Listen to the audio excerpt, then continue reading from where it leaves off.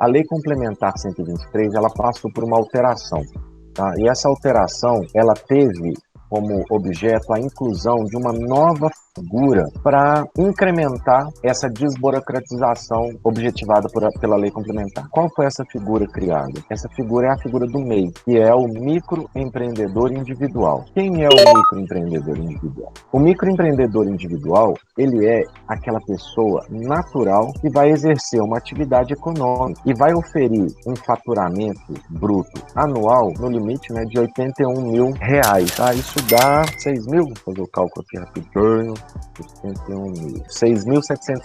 Então, o MEI é aquela pessoa que vai exercer uma atividade econômica e vai ter um faturamento mensal de 6.750, no limite, né, de 6.750, e anual de R$81.000. Significa que você, como pessoa natural, pode se inscrever, pode manter a sua atividade, sair da irregularidade e ser regular perante o Estado. Quais são os benefícios de você ser um MEI? Basicamente é que, a partir do momento em que você efetua o seu registro, você adquire uma obrigação mensal de pagamento de R$ 45,65 para os fins previdenciários, ou seja, depois de cumprido o tempo de contribuição, você pode aposentar como MEI, recebendo aí o teto de um salário mínimo, mesmo tendo a contribuição de R$ 45,65. Se você realizar atividades de produção, né, e comercialização, você ainda vai pagar mais um valor de R$1 relativo a ICMS, Imposto sobre Circulação de Mercadoria e Prestação de Serviços de Telefonia e Transporte, ICMS. Agora, se você prestar serviço, você vai pagar, além desses R$ 45,65, mais R$5, que é a título de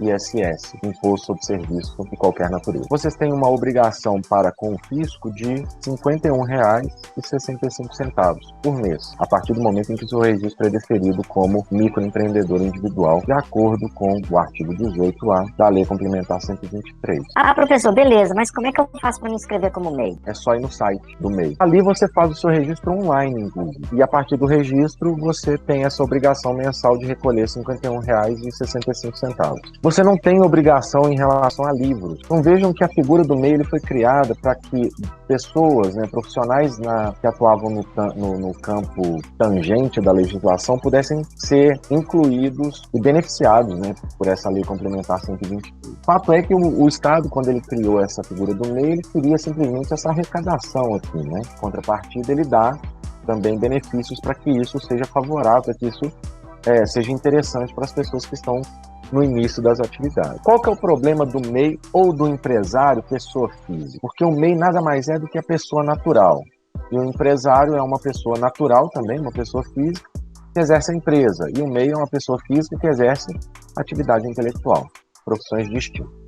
Ok? Qual que é o problema? O problema é que tanto o exercício da profissão de empresário como o exercício de uma atividade pelo MEI, pelo microempreendedor individual, gera uma responsabilidade pessoal pelas obrigações no exercício da atividade. Ou seja, todas as obrigações adquiridas para o exercício da atividade como MEI, vou adquirir um forno, vou alugar um estúdio, isso tudo gera uma obrigação de pagamento. Como o MEI é exatamente essa pessoa natural, tanto o patrimônio pessoal quanto o patrimônio da atividade econômica realizada são os mesmos. Ou seja, se um quebrar, o outro quebra junto. Qual que é o problema que nós temos aqui? É que o exercício de uma atividade profissional por uma pessoa natural, por uma pessoa física, gera responsabilidade pessoal pelas obrigações contraídas no exercício dessa profissão. Um exemplo, tá? Minha mãe, como eu falei com vocês, minha mãe era artesã. No início da carreira dela, ela trabalhava com pintura de porcelana e tal,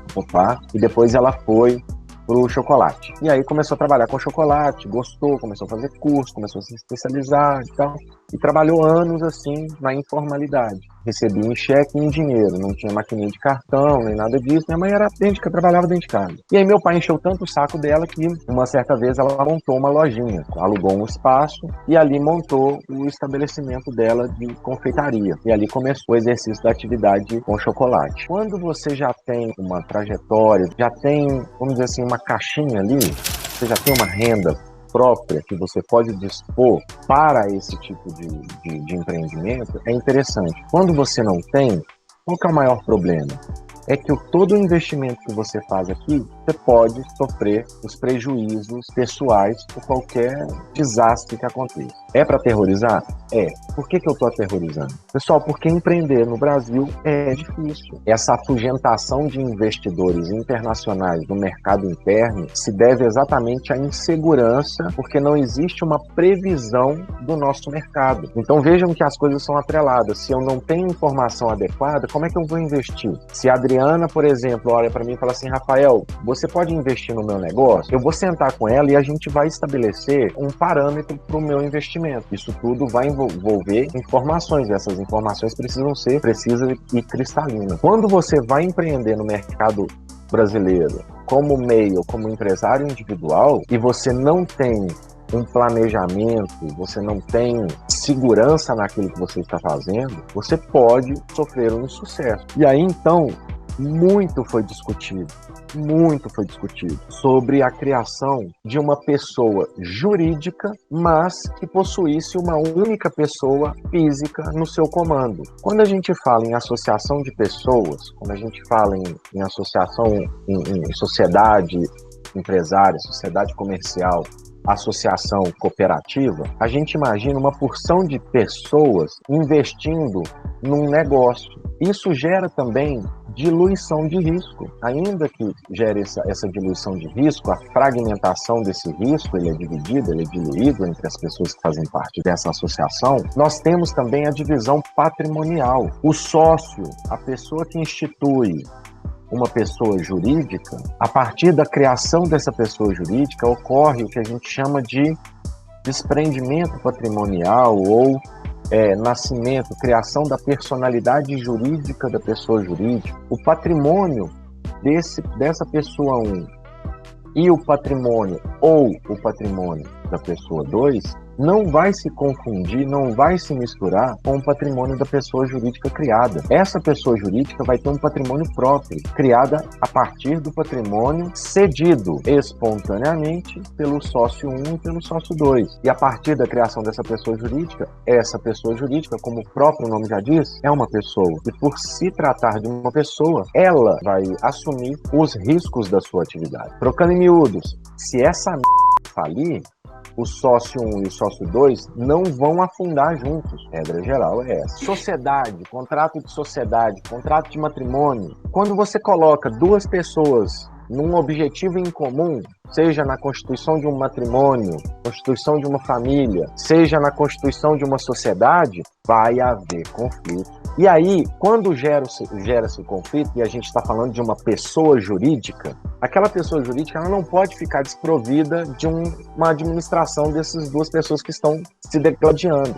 E aí, a nossa doutrina debateu muito sobre a possibilidade da gente criar uma sociedade limitada unipessoal, capaz de, ao mesmo tempo, fazer com que o patrimônio de uma pessoa física não se confunda com o patrimônio da pessoa jurídica criada por ele. E aí a gente tem exatamente a criação da sociedade limitada unipessoal. É uma criação, é uma inovação que está na nossa legislação desde 2019, ela é bem recente. Essa lei alterou o Código Civil, incluindo no Código Civil, incluindo o parágrafo 1º e incluindo o parágrafo 2º, no artigo 1052, que fala da sociedade limitada. Pessoal, todo mundo sabe o que é uma sociedade limitada. Ou, se não sabe, todo mundo já viu uma nota fiscal, ou um cupom fiscal, ou um contrato em que está lá o nome de um sujeito seguido da expressão limitada, LTDA. E o que vem a ser essa sociedade limitada unipessoal? A sociedade limitada unipessoal é uma sociedade e que, por incrível que pareça, apesar do nome sociedade indicar uma coletividade, essa sociedade limitada unipessoal, ela é constituída apenas por um único titular, uma única pessoa.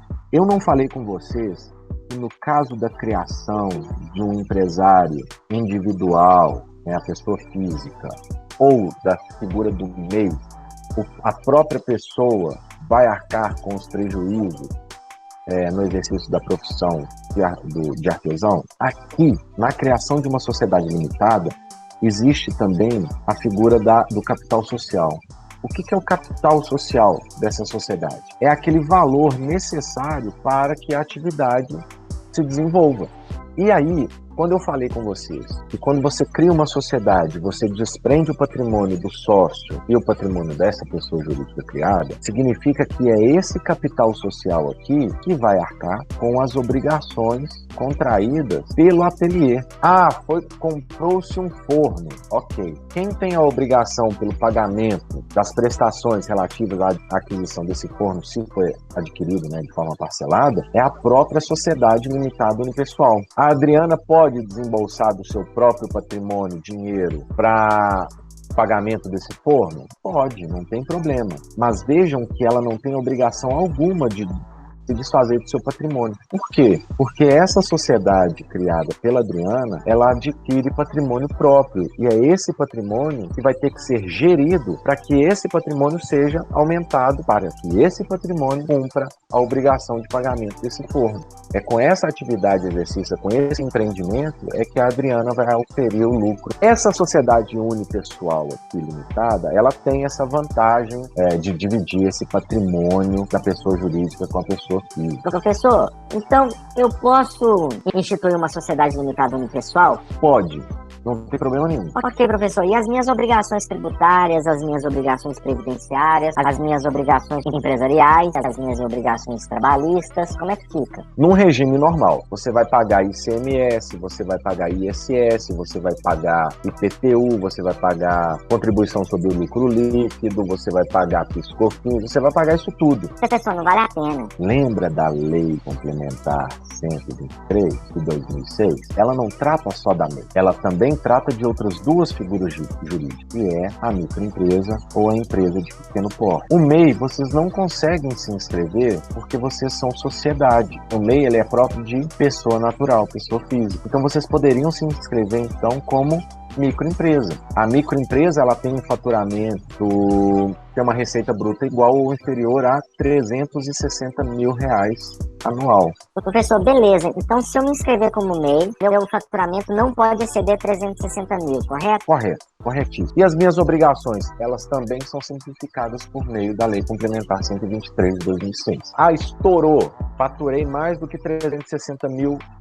Vocês poderão se enquadrar, então, como empresa de pequeno porte. Que a única diferença da microempresa para a empresa de pequeno porte é exatamente o faturamento. Tá? O faturamento da empresa de pequeno porte é entre 360 mil e até R$4.800.000. Posso me associar? Posso, não tem problema nenhum em vocês se associarem. Vocês podem se associar por meio da criação de uma sociedade limitada com mais de 2 pessoas, ou vocês podem se associar por meio de associações ou cooperativas. Lembrando o seguinte, o objetivo, da criação das associações das cooperativas é uma ajuda para os seus associados.